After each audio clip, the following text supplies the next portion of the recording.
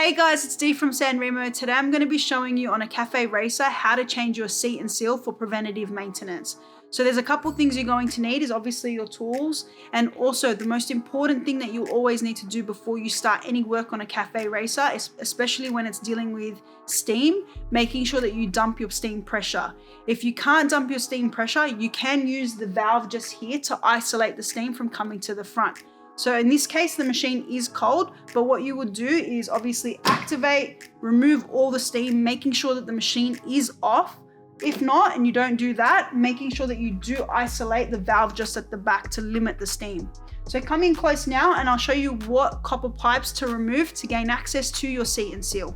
So what we're going to do now is we're going to remove the copper pipe, making sure that we don't damage it by twisting it. So we'll start from this point here. So hold down the valve and we'll just pop that off, loosen it up, and then we're going to come across to this section here, just behind the valve itself, and we're also going to loosen that and take that off.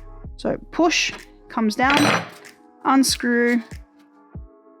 Remember, this may be hot for you, so please make sure that you are wearing gloves. Now that it's loosened, we'll be able to just move it out of position so we can gain access to the valve itself. Loose down. With your 20, we're going to remove the nut just behind the valve itself. Once you get to that point, hold the valve at the front and just loosen the nut off. Catch the nut, remove the washer, and also the back of the valve like so. The valve will come straight off. We're going to remove the back of the valve now.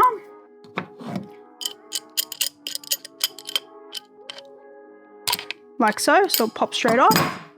Unscrew the back.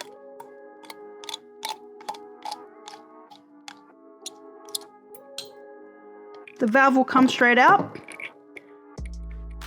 Remove the seat and seal, like so. So all you'll need to do now is replace the seat and seal, pop it in, grab your spring, make sure you line it up, and then the back of your valve. Push that together, making sure that you apply even amount of pressure so it doesn't cross thread. Screw it back together, like so. Grab your shifter, and what you want to do is just nip it tight, like so. Now that we've done that, we've rebuilt the seal in the back, pop it back onto your machine, and just repeat the steps that we just did, but in reverse. So we put the washer back on, the smaller washer, the nut, get it tight, just finger tight for now. Grab your 20,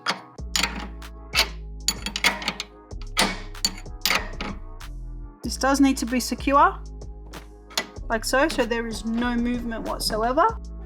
Realign your copper pipe now. Again, tightening it finger tight until you get to the part where you're going to need your spanner. And then with your 17, we'll just nip it tight.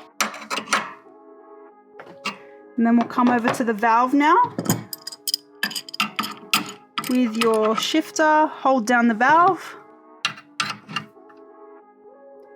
And we're just going to tighten up the copper pipe back to the valve itself. Once it gets to that tight position, all you'll need to do is nip it, like so. So you reassembled the copper pipe and the seat and seal. So now all you'll need to do is check for leaks. So open back up the valve if you haven't depressurized.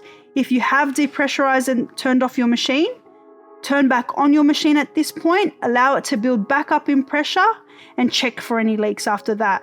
Thanks guys for watching. If you have any questions, get in touch with our team and we'll see you in the next video.